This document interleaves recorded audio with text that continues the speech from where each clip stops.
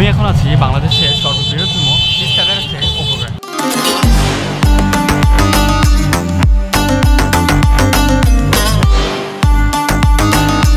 আর আজকে আমি এই ভিডিওতে ঘুরে দেখাবো যে তিস্তা ব্রিজের সবকিছু। চলুন তাহলে শুরু করি ব্লগটি।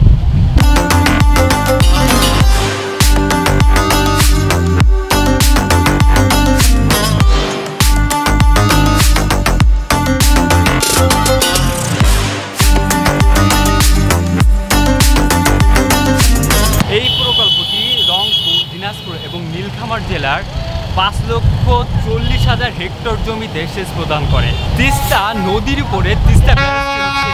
এই কাজটি 1979 সালে শুরু হয় এবং 1990 সালে এসে এই প্রকল্পটি শেষ হয়। তিস্তা ব্যারেজে মোট হচ্ছে 52টি গেট আছে। তার ভিতরে প্রথম গেট হচ্ছে শুরু এই যে ব্রিজের মাথা থেকে এবং শেষ হয়েছে ব্রিজের শেষ পর্যন্ত।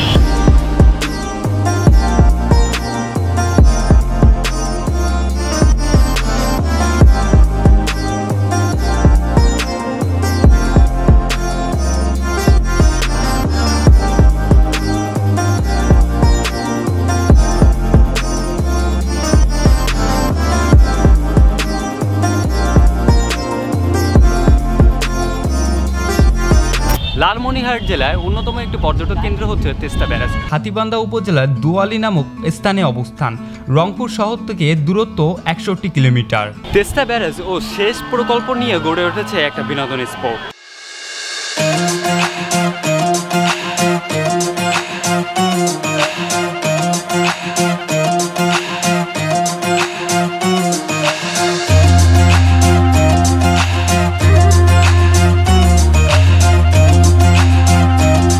প্রকৃতি সৌন্দর্যের ভরপুর তিস্তা ব্যারেজের উজানে বাঁধ দিয়ে ঘেরা কৃত্রিম জলরাশি।